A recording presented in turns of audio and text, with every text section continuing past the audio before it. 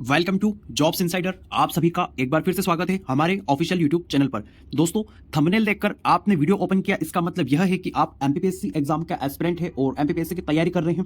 तो साथियों, मैं अपनी बात स्टार्ट करूं उससे पहले मैं आपको एक बात बता रहा हूं। अगर आप एमपीपीएससी के रियल में एस्पिरेंट है और आप एमपीपीएससी एग्जाम को क्रैक करना चाहते हैं और यहां पर अगर आप बड़े अधिकारी बनने का ख्वाब देख रहे हैं, तो कृपया करके यह वीडियो आप लास्ट तक अवश्य देखिएगा। चाहे आपके पास समय नहीं है तो आप स्पीड 2x करके यहां पर स्पीड बढ़ाकर आप इस वीडियो को 5-7 मिनट में खत्म करिएगा, लेकिन यह वीडियो जरूर देखिएगा। दोस्तों, अगर आपकी तैयारी नहीं हुई है तो आपकी तैयारी को कंप्लीट करने के लिए यह वीडियो बहुत ही महत्वपूर्ण साबित होगी, और अगर आप यहां पर तैयारी कर चुके हैं तो आपके लिए यहां पर यह वीडियो 10 से 15 क्वेश्चन का यहां पर इंक्रीमेंट करेगी। 10 से 15 क्वेश्चन यहां पर आपके अधिक करेक्ट होंगे। तो दोस्तों, हम वीडियो को स्टार्ट करें उसके पहले मैं आपको एक बात बताना चाहूंगा कि यहां पर हम स्ट्रेटजी के बारे में समझेंगे। उसके पहले यहां पर हम देखेंगे कि क्या क्वेश्चन का ट्रेंड रहता है यहां पर एमपीपीएससी में, क्या कट ऑफ का ट्रेंड रहता है।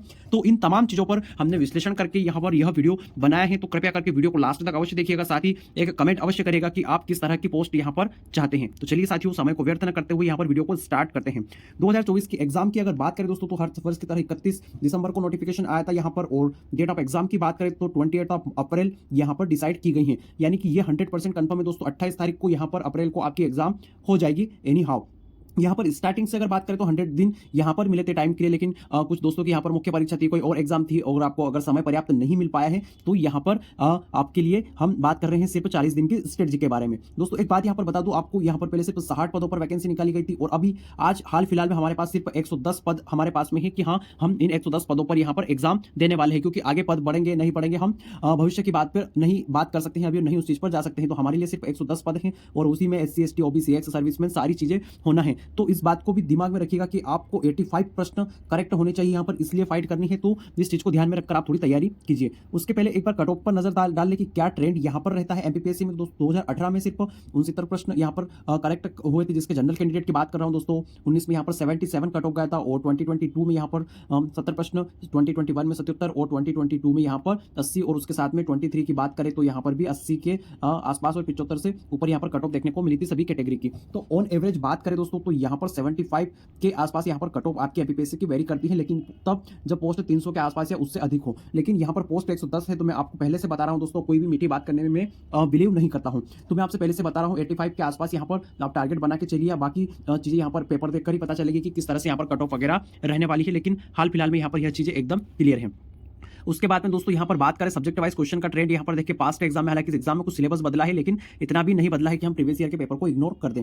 दोस्तों, सबसे अधिक वेटेज यहां पर मध्य प्रदेश सब्जेक्ट का रहता है। कुल 34 से 35 प्रश्न यहां पर पूछे जाते हैं। हालांकि इस वर्ष से मैं आपको बता दूं यहां पर 40 प्रश्न पूछे जाएंगे मध्य प्रदेश के, क्योंकि यहां पर मध्य प्रदेश का सिलेबस में वेटेज बढ़ा दिया है। उसके बाद हिस्ट्री की बात करें तो 9 प्रश्न पूछे जाते हैं, ज्योग्राफी के 10, पॉलिटी के 10, इकोनॉमिक्स के 3 प्रश्न यहां पर लगभग पूछे जाते हैं, और कभी कभी कोई प्रश्न नहीं दिखता है। यहां पर साइंस के 8, इन्वायरमेंट के 2 से 3 प्रश्न, करंट अफेयर के 3 से 5 प्रश्न तक यहां पर देखने को आपको मिल सकते हैं। स्पोर्ट्स और करंट अफेयर दोनों मिला जुला आता है यहां पर, और आईटीसी यानी इंफॉर्मेशन कम्युनिकेशन वाली जो यूनिट है यहाँ पर कंप्यूटर वाली, उसमें भी यहाँ पर आपको 9 प्रश्न देखने को मिल सकते हैं। आयोग से भी यहाँ पर 9 से 10 प्रश्न देखने को मिले थे, जो कि यूनिट अब यहाँ पर हटा दी गई है। तो इस चीज़ की जगह यहाँ पर आप जनसंख्या और माफ कीजिए दोस्तों, जो अनुसूचित जाति जनजाति वाली यूनिट और यहाँ पर जो आपकी यूनिट रहेगी मध्य प्रदेश वाली, उसका वेटेज यहाँ पर आप इन प्रश्नों का बढ़ा लीजिए, तो लगभग 40 से ऊपर प्रश्न यहाँ पर मध्य प्रदेश के देखने को मिलेंगे।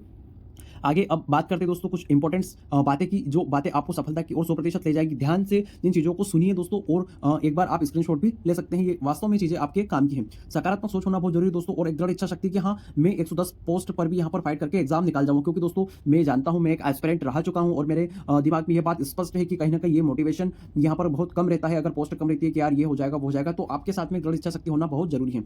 एग्जाम की प्रकृति और पैटर्न को भली बात समझना चाहिए दोस्तों। तैयारी शुरू करने से पहले आपको यहाँ पर, और जो पूर्वाग्रह से प्रसिद्ध, जो यहाँ पर पूर्व असफल से जो पीड़ित मठाधीश हैं, जो कई सालों से तैयारी कर रहे हैं, उन लोगों के ज्ञान को लेने की कोई आवश्यकता नहीं दोस्तों। ऐसे लोगों के ज्ञान से परहेज कीजिए, क्योंकि वो लोग सिर्फ ज्ञान देते हैं। यहाँ पर इन मठाधीशों से बचने का आप प्रयास कीजिए। इनके पास अगर इतना ज्ञान होता और अगर इतनी क्षमता होती तो ये खुद लोग यहाँ पर एग्जाम क्वालिफाई कर लेते हैं। दूसरी बात मैं आपको बता रहा हूँ दोस्तों, अनावश्यक यूट्यूब क्लासेस से बचिएगा, कि यूट्यूब की जो क्लासेस आपको मिल रही हैं वो सिर्फ उनके चैनल को आगे बढ़ाने के लिए मिल रही है। उन चीजों को आप समझिए दोस्तों। कोई भी यूट्यूब से पढ़ के यहाँ पर अधिकारी नहीं बन सकता, इस बात को समझने की कोशिश कीजिए। अगर आप एक मेच्योर पर्सन है, कोई यूट्यूबर आपको कलेक्टर नहीं बनाएगा, यह बात मैं पुनः रिपीट कर रहा हूँ। फालतू की टेलीग्राम पर जो पीडीएफ दिन भर चलती रहती है, और जो टेलीग्राम पर क्विजेस आती रहती है, उनसे दूरी बना के रखिए दोस्तों। इन चीजों का कोई महत्व नहीं है, यकीन मानिए। क्योंकि एक पढ़ने वाला विद्यार्थी यहाँ पर मोबाइल पर टाइम वेस्ट करने की जगह किताबों में यहाँ पर तैयारी कर रहा होगा।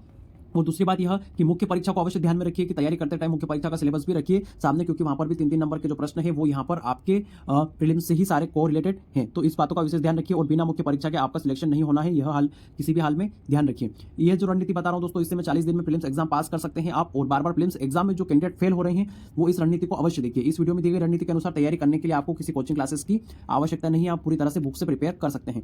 अब दोस्तों 40 दिन में ऐसे करें तैयारी, सफलता अवश्य मिलेगी। तो मैं इस बात की यहाँ पर पुष्टि कर रहा हूं कि पदों की संख्या में वृद्धि होने की संभावना है, इसलिए हो सकता है थोड़ा सा कट ऑफ यहाँ पर कम रहे, लेकिन गारंटी इस बात की नहीं है। तो दोस्तों यहाँ पर गारंटी जिस बात की नहीं होती है उस बात पर हम बिलीव नहीं करते हैं यहाँ पर। तो इस लाइन को माइंड से आप थोड़ा सा हटा दीजिए कि यहाँ पर ये संभावना हो सकती है, लेकिन मैंने आपके मोटिवेशन के लिए इस लाइन को ऐड करा है कि संभावना है यहाँ पर पद जरूर बढ़ेंगे, क्योंकि कभी भी यहाँ पर एमपीपीएससी के इतिहास में इतने कम पद यहाँ पर देखने को नहीं मिले हैं। एक प्रॉपर टाइम टेबल बनाइए और विधिवत तरीके से तैयारी कीजिए, साथ में समय प्रबंधन बहुत जरूरी है दोस्तों। टाइम मैनेजमेंट के बिना आप इस एग्जाम को क्वालिफाई कभी नहीं कर सकते हैं। परीक्षा में पिछले 5 वर्ष से स्पेशल 2019 से जो सिलेबस चेंज होने की प्रक्रिया चली 2020 से, तब के यहाँ पर प्रश्न पत्रों को अवश्य अध्ययन करें और परीक्षा की प्रकृति को समझने का एक बार प्रयास अवश्य कीजिए। जितना सिलेबस में दिया है उसके अनुसार विधिवत तरीके से तैयारी करें, सिलेबस से बाहर कुछ भी नहीं पूछा जाएगा। इस बात को माइंड में बिठा लीजिए दोस्तों, सिलेबस ही आपके लिए भगवान है, वही माई बाप है, उससे ज्यादा आपको कुछ भी नहीं पूछा जाएगा, सिर्फ पहले उसे कंप्लीट करने का प्रयास कीजिए। और दूसरी बात दोस्तों, जो सबसे इंपॉर्टेंट बात मैं हमेशा बताता हूं और जिस स्ट्रेटेजी को फॉलो करके मैंने एग्जाम्स कई बार निकाले हैं, मैं आपको स्पष्ट बता रहा हूं दोस्तों, मध्य प्रदेश सब्जेक्ट की मुख्यता से तैयारी करें, यह विषय आपकी सफलता को सुनिश्चित करेगा। दोस्तों मैं आपसे कह रहा हूं, अगर आप यहाँ पर प्रतिदिन 10 घंटे तैयारी करते हैं तो आप 2 से ढाई घंटे यहाँ पर सिर्फ मध्य प्रदेश सब्जेक्ट को तैयार करने में दीजिए। जितनी एमसीक्यूज की बुक है एमसीक्यू लगवाइए, यहाँ पर परीक्षा धाम की बुक पूरी पढ़ लीजिए। उसके अलावा यहाँ पर आप यहाँ पर जो मध्य प्रदेश हिंदी ग्रंथ साहित्य अकादमी की पुस्तक आती है उसे पढ़ लीजिए। यहाँ पर Madhya Pradesh current affairs related प्रश्न है वह पढ़ लीजिए। जितने भी प्रीवियस ईयर में प्रश्न पूछेगा एमपी से रिलेटेड, उन सभी प्रश्नों को यहाँ पर पढ़ लीजिए और जी जान लगाकर मध्य प्रदेश के लिए तैयारी कीजिए। मध्य प्रदेश सब्जेक्ट को मुख्यता से तैयार कीजिए दोस्तों। अगर ध्यान रखिए, अगर आपका मध्य प्रदेश बिगड़ा तो कोई भी आपका सिलेक्शन नहीं करा सकता, मैं इस बात की गारंटी दे रहा हूं। अगर आपको कमेंट में गाली देना है तो आप दे सकते हैं, लेकिन मैं इस बात को आपको 100% श्योरिटी दे रहा हूं दोस्तों कि अगर आपका मध्य प्रदेश सब्जेक्ट बिगड़ेगा तो आप कभी भी इस एग्जाम में प्रीलिम्स में सिलेक्शन नहीं ले पाएंगे। इसलिए आप अपनी तैयारी स्टार्ट करने से लेकर अंत तक मध्य प्रदेश सब्जेक्ट को अपनी जुबान पर एकदम रटते रहिए। उसके बाद भूगोल पॉलिटी की बात करें दोस्तों और रोबोटिक्स वाली यूनिट की बात करें तो विशेष ध्यान रखकर तैयारी करें, और जो आयोग के यहाँ पर जो आपके छुटपुट प्रश्न थे उनको भी तैयार करें, क्योंकि यह भी पॉलिटी का एक पार्ट है, इससे भी प्रश्न पूछे जा सकते हैं, क्योंकि जो अभी 10वीं यूनिट जोड़ी गई है उसमें इतनी प्रश्न पूछने की संभावना नहीं है। 2 से 3 विषयों को प्रतिदिन अवश्य पढ़े और साथ में रिवीजन करते चले दोस्तों। एक विषय की तैयारी करना प्रतिदिन यहाँ पर थोड़ा रिस्की हो सकता है, क्योंकि आप मान लीजिए एमपी को पढ़ लिया, यहाँ पर आपने 10 दिन और पूरा खत्म करके रख दिया, उसके बाद आपने इतिहास वगैरह सब पढ़ना स्टार्ट करा, लास्ट में देखा तो एमपी आप पूरा भूल गए। तो इन चीजों को यहाँ पर बचने के लिए आप टुकड़े टुकड़े में तैयारी करते रहिए। आप 2-3 विषय को प्रतिदिन पढ़ते रहिए। आपको 40 से 45 दिन जो समय है दोस्तों, इसमें आपको पूरे सिलेबस को 2 बार पूर्ण अवश्य करना है, चाहे आपको 12 घंटे पढ़ना पड़े या 15 घंटे, ये आप अपनी इफिशिएंसी के हिसाब से मैनेज कीजिए। मैं इस बात पर कमेंट नहीं करूंगा। और स्वयं पर भरोसा रखिए दोस्तों, कम से कम 10 घंटे प्रतिदिन आपको अवश्य देना ही होगा, तभी यह एग्जाम आप क्वालिफाई कर पाएंगे, अन्यथा इसमें थोड़ी सी दिक्कत आ सकती है। उसके बाद में दोस्तों एक बात बताता हूँ, यहाँ पर आप किताबों का चयन बड़ी सावधानी से करें, व्यर्थ का कचरा इकट्ठा न करें। मान लीजिए कि आपने एमपी के लिए परीक्षा धाम की एक बुक ली है, तो उसके साथ में एक बुक आप यहाँ पर एमसीक्यू की मध्य प्रदेश परीक्षा धाम की ले लीजिए, और उसके साथ में एक और बुक यहाँ पर क्रॉस वेरिफिकेशन के लिए साहित्य ग्रंथ हिंदी ग्रंथ अकादमी की ले लीजिए। उसके अलावा एक एमपी की करंट अफेयर की छोटी सी बुक ले लीजिए, यहाँ पर निर्माण की जो आती है, एक दिन में आप पढ़ के खत्म कर सकते हैं। इसके अलावा आप दूसरा कोई भी कचरा यहाँ पर एमपी का नहीं पालेंगे, इस बात का विशेष ध्यान रखिए। मैं यह नहीं बोल रहा हूँ परीक्षा धाम खरीदें, अगर आप दूसरी कोई बुक खरीदते हैं, मान लीजिए महावीर की, तो महावीर की दोनों बुक खरीद लीजिए, और उसके अलावा साहित्य अकादमी और यह एक ऑब्जेक्टिव की बुक खरीद लीजिए यहाँ पर करंट अफेयर की। तो इस तरह से लिमिटेड चीजें रखिए, और मेरा कहना है कि इन चीजों को बार बार पढ़ते रहिए आप, तभी आपके दिमाग में चीजें बैठेगी। स्वयं पर भरोसा रखिए, बात हम पहले भी डिस्कस कर चुके हैं। किताबों का चयन आपको पूरी सावधानी के साथ में करना है दोस्तों। मैं आपको ज्यादा समय यहाँ पर व्यर्थ नहीं करूंगा। उसके पहले यहाँ पर मैं आपको चीजें बता दूं दोस्तों, परीक्षा से पूर्व संपूर्ण पाठ्यक्रम को मैंने पहले कहा है, अगर ज्यादा समय नहीं है तो कम से कम 2 बार, और अगर थोड़ा सा समय है पहले से पढ़ रहे तो 3 बार अवश्य रिवाइज करिए। अंतिम 5 वर्षों के प्रश्न पत्रों को हल आपको यहाँ पर करना है दोस्तों, और एलिगेशन मेथड का आपको यूज करना है। अब दोस्तों मैं आपको बता दूं एलिगेशन मेथड क्या होती है। मान लीजिए कि आपसे कोई प्रश्न पूछा है, उसके A, B, C और D 4 आपके सामने ऑप्शन है। अगर इसमें से आपको कोई भी जवाब पता नहीं है, लेकिन ऐसा कभी नहीं होता दोस्तों, ऐसा कोई प्रश्न नहीं होता जिसके बारे में 100% आपको कोई गारंटी चीजें यहाँ पर पता नहीं है। मान लीजिए कि आपको सिर्फ इतना पता है कि यह 2 ऑप्शन यहाँ पर गलत है, यानी ये 2 ऑप्शन यहाँ पर सही हो ही नहीं सकते। अगर आपको सही चीजें नहीं पता है तो आप गलत चीजें ढूंढ लीजिए, क्योंकि अगर आप गलत चीजों को हटा देंगे तो सही चीजें अपने आप बच जाएगी। तो ये 2 चीजें आपको पता है कि यहाँ पर ये नहीं हो सकती हैं, तो इन 2 चीजों को आप यहाँ पर दिमाग से हटा दीजिए। अब आपके पास में सिर्फ 2 ऑप्शन बचे हैं। अब यानी कि आप 4 में से तुक्का लगाते तो आपके पास सही होने की संभावना 25% रहती, लेकिन अगर आप 2 में से तुक्का लगा रहे हैं तो प्रश्न के सही होने की संभावना यहाँ पर आपके पास 50% रहेगी। यानी कि अगर आप एलिगेशन मेथड को यूज़ करते हैं तो आप 50% चांस ज़्यादा है कि आप यहाँ पर तुक्का भी सही लगा सकते हैं। जो टेक्निकल क्वेश्चन रहते हैं दोस्तों, उनका इंग्लिश रूपांतरण को डेफिनेटली देखें आप, क्योंकि अगर आप यहाँ पर इंग्लिश में यहाँ पर नहीं देखेंगे तो यहाँ पर गलत होने की संभावना रहती है। यहाँ पर इकोनॉमिक्स के प्रश्न भी कई बार हिंदी में, शुद्ध हिंदी में लिखने में थोड़ी गड़बड़ हो जाती है, जिसे कई कैंडिडेट समझ नहीं पाते और गलत लगा देते हैं। उसको इंग्लिश में आप अवश्य रूप से समझिएगा। उसके बाद अनावश्यक रूप से टेस्ट पेपर और ऑनलाइन टेस्ट सीरीज को हल करने से बचिए। देखिए दोस्तों, मैं किसी चीज़ का विरोध नहीं कर रहा हूँ यहाँ पर, लेकिन आपको एक बात बता दूं कि जो लैंग्वेज जिस आदमी को समझ में आती है उसी लैंग्वेज में उस आदमी से अगर बात की जाए तो उस बात का वर्थ है, अन्यथा नहीं है। मान लीजिए कि एक गांव के आदमी के पास जा रहे हो जिसे इंग्लिश समझ में बिल्कुल भी नहीं आती है और आप उसके सामने इंग्लिश में ही बड़बड़ कर रहे हैं, सिर्फ इंग्लिश में ही बात कर रहे हैं, तो उस कंडीशन में आपने चाहे इंग्लिश में PhD कर रखी हो, आप उस आदमी के लिए बेकार है, आपका कोई इंपॉर्टेंस उसके लिए नहीं है, उसके लिए आप एक तरह से निरक्षर हैं, क्योंकि आप अपनी बात उस आदमी तक नहीं पहुंचा पा रहे। लेकिन अगर आप उससे हिंदी में बात करते हैं और उस व्यक्ति तक आपने बात पहुंचा दी तो उसके लिए आपका इंपॉर्टेंस PhD वाले के बराबर ही माना जाएगा। तो दोस्तों, मेरा ऐसा कहना है कि अगर यहाँ पर एग्जाम आपकी ऑफलाइन हो रही है तो आपको ऑनलाइन टेस्ट सीरीज में अपना समय व्यर्थ करने की क्या आवश्यकता है, क्योंकि यहाँ पर दोस्तों 70% लोग तो OMR शीट भरने में ही गड़बड़ी कर देते हैं। जब यहाँ पर आपको ऑप्शन ए लगाना है, आप देख कहीं और रहे हैं, प्रश्न कोई और पढ़ रहे हैं और गोला यहाँ पर बी का भर रहे हैं, तो कई बार यहाँ पर ऐसे कैंडिडेट देखने को मिलते हैं जब रिजल्ट आता है तो 2 प्रश्न से रुक जाते हैं और 3-3 4-4 प्रश्न यहाँ पर गोला गलत भर के आए, जबकि आंसर उनको पता था। तो दोस्तों, इस चीज से बचने के लिए आपको टेस्ट पेपर देना है, लेकिन ऑफलाइन OMR बेस्ड टेस्ट देना है।